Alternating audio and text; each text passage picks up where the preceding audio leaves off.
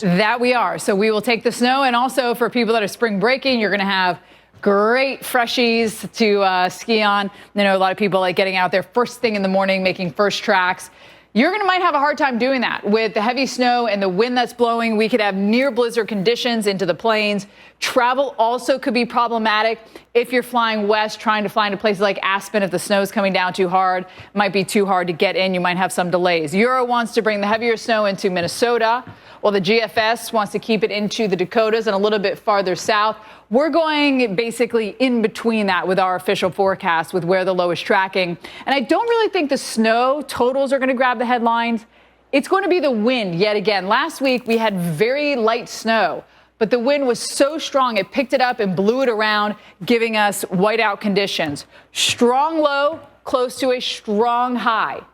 The closer they are together, the stronger they are, then the faster the winds are in between. It's like putting your thumb on the end of a hose and the water squirts out very fast. So that's the setup that we have, and that means we're going to see whiteout conditions potentially, or even blizzard conditions. But it is really hard to get technical blizzard conditions. You need winds 35 miles an hour or greater for 3 hours or more with visibility a quarter of a mile or less. So even if we don't get that, we'll get near blizzard. And by the way, there's no such thing as blizzard-like. That was hammered to me in meteorology school. It's either a blizzard or near blizzard. That's the only terms that you can use. Showers and thunderstorms on the front side. This is your typical March system with snow on the backside, 40, 50 mile an hour winds with this. It is going to be rough out there. And then that low is going to pull out. The winds do linger around as we head into our Sunday, though we have improving conditions when it comes to the cloud cover and sunshine.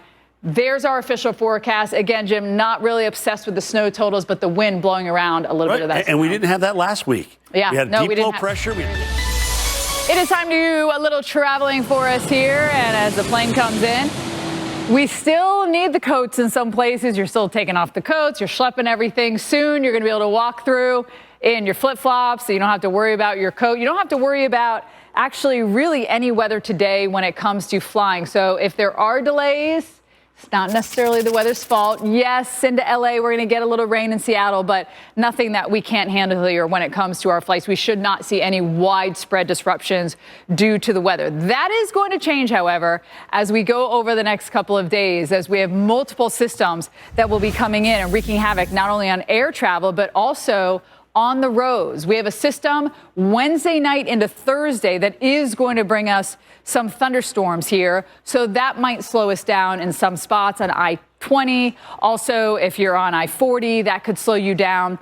The airports on Thursday, I think, are going to be okay. You see how they're all green? That's because our system really loses its oomph and doesn't have loads of moisture associated with it. So we'll see some clouds and maybe some light rain, but you shouldn't have any problems here if you're doing any traveling. Now, Friday's another story. Friday storms start to kick up as we head later in the day. So much of the day will be good, but if you have a late flight, that's when you could potentially run into some issues here along the Mississippi River Valley, or if your plane's originating in this area, or if you're connecting through this area, then you could run into some travel spots. And by the way, it gets worse on Saturday as we do have the threat for some stronger thunderstorms. Everything is green right now, but if we do get thunderstorms in our flight paths or right over an airport, then we are certainly going to see some slowdowns. And I think we'll have even bigger issues into the upper Midwest and the plains, because this is where we'll have very strong winds. That's going to make for turbulence. So if you're flying across this area,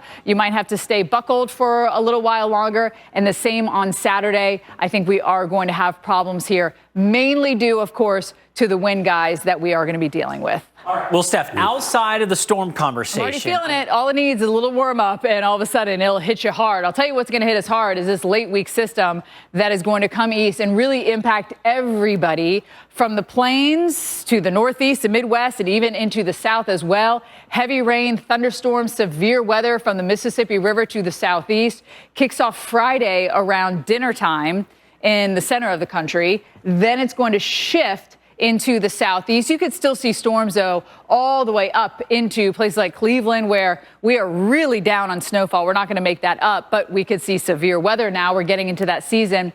Friday to Saturday, I don't think is a huge flood threat. I think Saturday is a bigger flood threat because we have our first piece of energy and then our second piece of energy coming in. And you can kind of see that wave of energy in our models. We'll show you Friday. Look at this, around 5, 6, 7, 8, it kicks off. Saturday, you see our storm moving east, right? 7 a.m. from the Great Lakes to the Gulf Coast. Watch, do you see that kind of second wave that came in? It's really hard to tell. It's really slight, but you could see more energy coming in. So that's going to give us even more rain in kind of the same areas. And it is a juicier atmosphere than we're seeing with this system. Moves to the East Coast Sunday evening. I-95 corridor is going to be slow going. It lingers into our Monday morning. That Monday morning commute right along the coast could be a little on the wet side, and then we're going to clear out. The Euro has very heavy rain, not only into the northeast and mid-Atlantic, but into the south.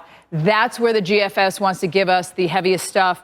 Regardless, all of these areas are getting clouds and showers and will be impacted by this. And year to date, we've had a lot of rain. Kentucky, so much flooding down into portions of Mississippi, but we could use it in Alabama, the Carolinas, and then, of course, Jim, here into the Northeast. The drought's just been worsening. Yeah, that's level 3 in South Jersey. Things are ramping up for us here.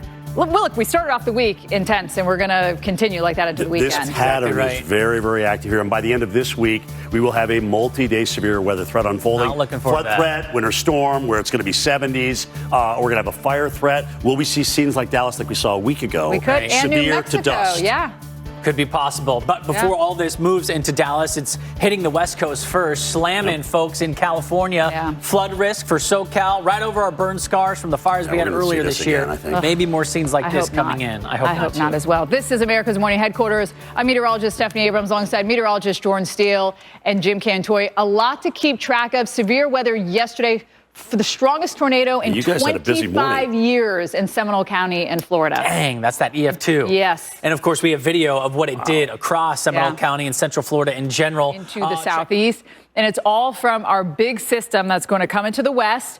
Tomorrow, Wednesday, Thursday, Friday, it really kicks off in the center of the country. And this is like a Friday, Saturday hangs right into the middle. And then Sunday, it goes to the East Coast. Monday, it just lingers right off the East Coast. But it's got rain, it's got storms, threat for severe weather right in the center of the country. That shifts east on Saturday. And there's also a flood threat on Saturday that we'll show you. I don't think Friday's flood threat is going to be too major because the storm is moving and it's really getting together much later in the day. More in that 5, 6 o'clock range. But Saturday, there is a higher flood threat because you have our first wave of energy and then our second wave of energy that's going to also come in. And you can actually see that on the models.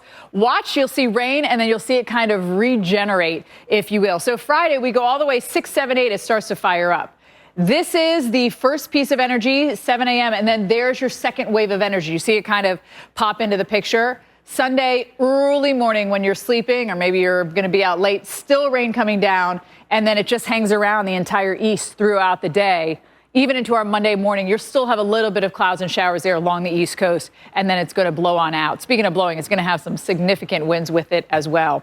Heavy rain in the south, but also here into parts of the mid-Atlantic and northeast. According to the Euro, the GFS has that bullseye. But again, look at Kentucky, and we are saturated in Kentucky. We don't need any more rain. Look at all the rain we've had year to date, and we've had a lot of it down in Louisiana and Mississippi as well. But it's a little drier over towards the Carolinas. We haven't had as much, and also into the Northeast, where we do have extreme drought there into southern New Jersey, Cape May. You know that little part of New Jersey that kind of hangs out, that dangles down? That is the Cape May area. And if we look into March, Jim, it's looking like some more moisture for the west and into the Northeast. And we'll take it with some